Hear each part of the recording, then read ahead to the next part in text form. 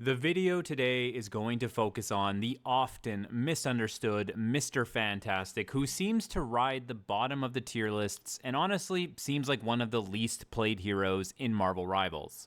But I feel like a lot of players are not utilizing him correctly, which leads to them thinking that the character sucks. For lack of a better word, he is flexible. He is the middleman in a team fight that can easily assist the front line or the back line. He doesn't do a lot of burst damage like a lot of the other melee duelist characters, but he will hit you constantly and be a persistent pest. Too often do you see Mr. Fantastics just diving in and swinging away and then dying, but I'm going to show you why that isn't the way to play him. Okay, and before we move on, I just want to quickly go over the clip that was playing during the intro and explain some concepts that I'm going to basically discuss and go over in the video, okay? So to start off, I'm actually in my backline chasing the magic from the enemy team. The enemy team has a magic and a Spider-Man who have been harassing our backline. You'll notice throughout this that I'm keeping tabs on our thing player and seeing if this choke point is being held or if I need to turn around and actually start swinging that way. Okay, so I focus on this magic. I'm not going to chase them, but I focus on the magic, scare them off, but I'm keeping my eyes over here still. Okay? And I'm going to pressure them. They come out for another attack, but I'm on the ball with them. Me and the Hella kill them. Okay? I quickly just glanced right over there at my thing player. You'll see we secure the magic, and I glance right over. Is he still okay? Is this still being held? Now, it looks like he has some pressure there, right? But he's healthy. Okay? And just as I'm doing this, the Spider-Man swings by, right? So he's in the back line again. So my logic is usually clean up the back line if I can help them. If I'm in range, clean it up, and then we move back and go from back to front, okay? So I come over here, and I swing at the Spider-Man twice and miss, but then you're going to see here, I swing again, and I'm going to drag my aim up to him and hit him. This is a concept we'll talk about where even if you miss the swing, you try and follow through. He's the only character in the game you can really do that with.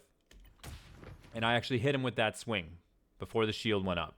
So I smack him in the ass as he runs away. Don't kill him or anything, but it's just a simple concept of follow through with your attacks, okay? Whatever, he goes away. But so now I'm turning my attention back to this where he is clearly under pressure, right? I almost have my inflated state up. I'm going to pull myself to him and shield him, become inflated, and use this as a moment to pressure. I see that he's at half health and she's very weak. So I am actually going to jump in and start swinging. One of the things I said that you shouldn't just do blindly, you're right. You shouldn't do it blindly. You need to find the right opportunities, and you need to make sure you don't go too ham where you die. So here I just swing a bit, pressure them a bit. What did we gain out of this? I didn't kill anybody, but now look at, they went from being here to being back here again. We forced them back. My tank's healthy again. We've got control of the choke point. Everything's good. Remember, the game isn't always about kills. This is the objective, controlling the control point, right?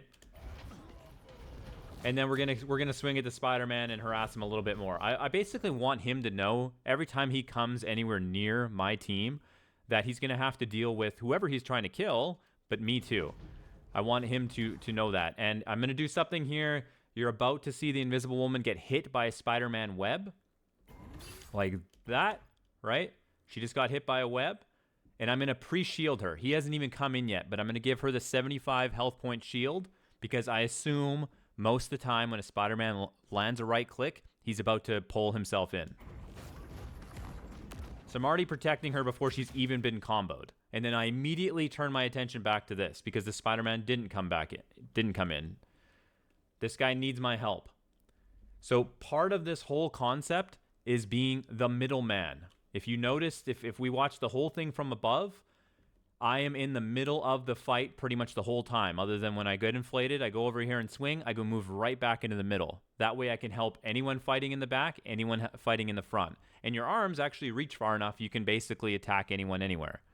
So that is the concept and the focus of my Mr. Fantastic play. Let's get into the details now. Okay, let's start with, of course, his basic attack. Mr. Fantastic's basic attack, if you don't already know, you can hit multiple people with the same swing.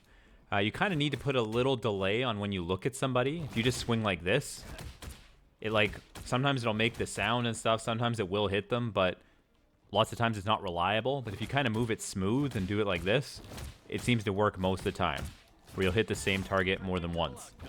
Or, sorry, you'll hit multiple targets with the same punch.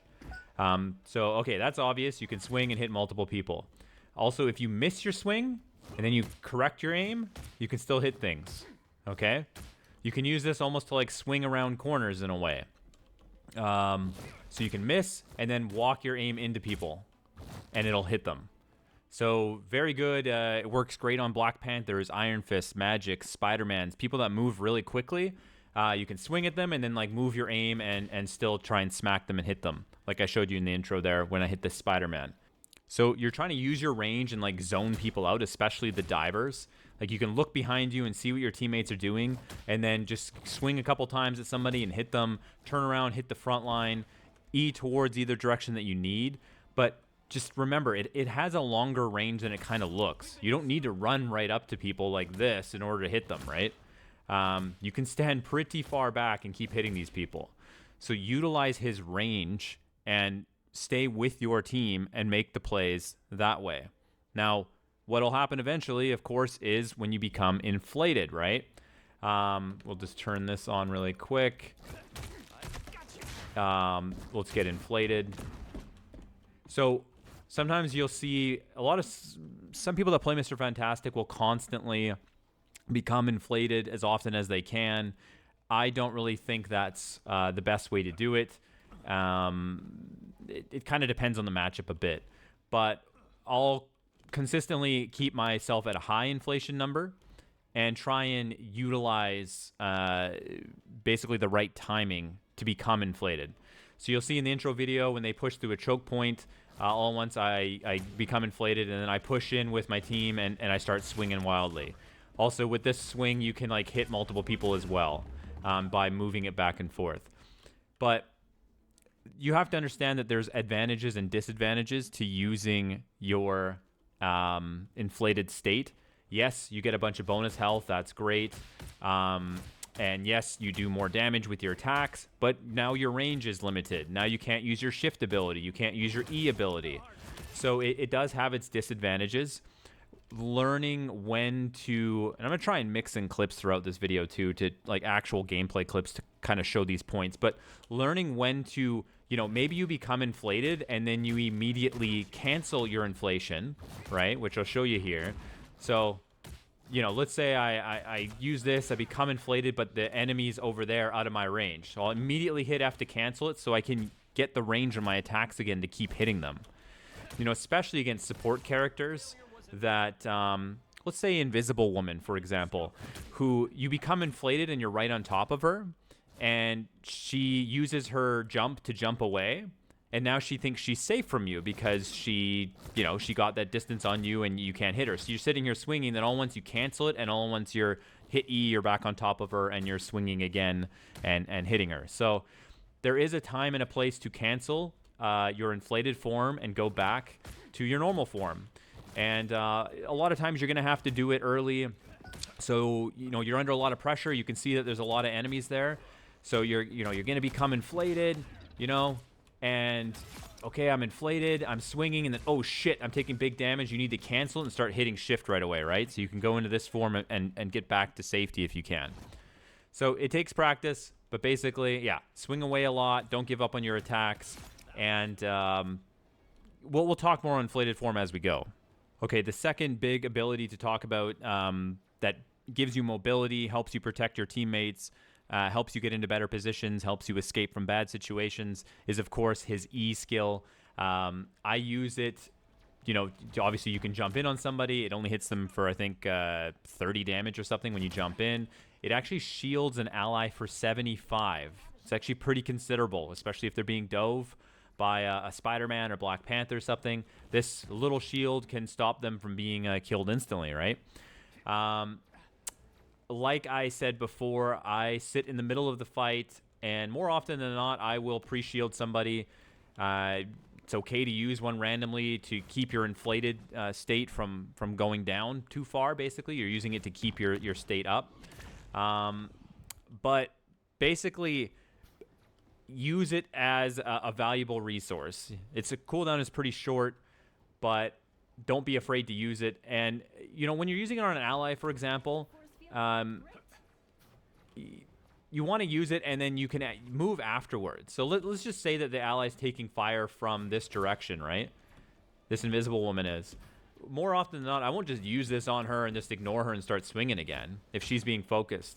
I'll E onto her, right? And then body block and stand in front of her, right? Get, like, kind of close it off. Basically, I want to take the damage then, because Mr. Fantastic also gets a shield, right? So I'm going to get my shield myself, or maybe I use my shift and stand in front of her and block things. It's just another piece of the puzzle of why I think he's like a support, duelist, bruiser hybrid character. He's not going to smash you and kill you instantly. He's not just going to shield you forever where you can't be killed. He kind of is a master of nothing, but he does a bunch of little things really well. So the E, there's not really anything crazy to say about it other than you'll also notice in the intro video I used it proactively. If I see a Venom swinging in and I know he's going to die for one of my supports, I might E on top of them, and then I can just be there waiting to fight the Venom and try and peel him off. Or the Spider-Man hits him with the web. You see a Black Panther coming. Just use your E a lot. I think it's more beneficial to use it as a shielding defensive mechanic than just a mobility skill where I do a little bit of damage and bump you, and then I'm on top of you. Because in most cases, I don't need to be on top of you. Like I said in the basic attack section, I can hit you from back here. So coming up here, no, not really going to do it much. The only time I will do it is, if I am going to become inflated. I'm about to become inflated, so I'll do this, and now I'm on top of you. So now I can actually hit you with the reduced range of my attacks. Again, it's all about timing and consideration and like pre-planning, but you'll get used to it as you go. Just general game knowledge. Okay, and then just a quick rundown of his shift. Everyone kind of knows it already. It's annoying as hell, but basically he pops his chest out, he absorbs projectiles and attacks, and then he spits it back at opponents. It's got a 60% damage conversion rate, and it can block 300 damage, okay? So do the math on that one, but it basically, a lot of people will stop shooting you when you use it. It's a deterrent. You can use it to body block somebody, and if they're trying to hit somebody, now they got to hit you. You can use it to body block doors. But basically, never really give up aiming at a target. Like, even though like there's chaos going on, try and aim at a squishy target, because honestly, I get a lot of random kills, even from like across the map. But I'll just randomly just aim at someone standing in the back line, and sometimes you shoot this 200 damage projectile and just like smoke somebody. So yeah, I mean, it's pretty obvious how to use it. You can use it, cycle through all your abilities, get inflated, and by the time you come back out of inflated form, you have your shift up again. So don't give up on the shot. Go for the big shift. Now for Mr. Fantastic's right click. I would say in 90% of cases, I am right clicking and then left clicking the same target instantly. Very rarely will I ever right-click one and left-click the other and pull them together like that. Not only can you miss the second attack, it makes it harder, but it's just the fluency of it, the way it pulls them together and stuff. Just it doesn't really sit with me. So what I'm doing most of the time is double-clicking a target and pulling them towards me. Now, not only can you, of course, use that offensively to pull someone towards you that doesn't want to be pulled towards you, right? But you can use it defensively. Someone's going for one of my supports, I can grab them, pull them back.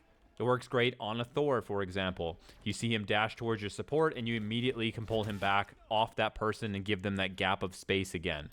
It works really good against a lot of different characters. But also, sometimes you're just going to right-click just anywhere just to keep your inflated state going. So it, doesn't work itself down to 0 again. I'll use it to go under 70, like even to 69, like this, and then I know my next punch, I'll become inflated after I hit somebody. So it all depends on the situation again, but basically, don't try too hard to sit here and land these double things like this and slam people together. It looks cool. It is cool when it happens, but most of the time you're just going to be quickly right-clicking, left-clicking, and pulling somebody towards you. Doesn't do a whole lot of damage, anything like that. Just think of it as a tool to pull somebody into a bad spot or save one of your teammates. Okay, for Mr. Fantastic's C ability, I mean, it's pretty self-explanatory. We all have, some experience with it. I will say he has an animation where he actually has to use it, right? You can't use it when you're in your shift form, okay? You can't use it when you're inflated. You can't use it while you're ulting. Like, it's very restrictive. One thing with Mr. Fantastic is a lot of the time you're, like, stuck in animations and stuff. But, like, you can do a basic attack and then hit C right away. But lots of other things, you're kind of stuck doing it. So, it's not the greatest team up in the world.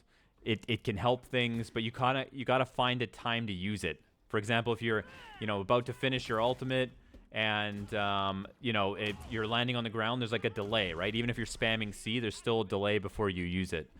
Or if you pull yourself towards somebody, there's a little bit of a delay before you can use it. So just try and find a spot to use it when you take some damage. If you're in a bad spot, that's when I'll try and sneak it in there.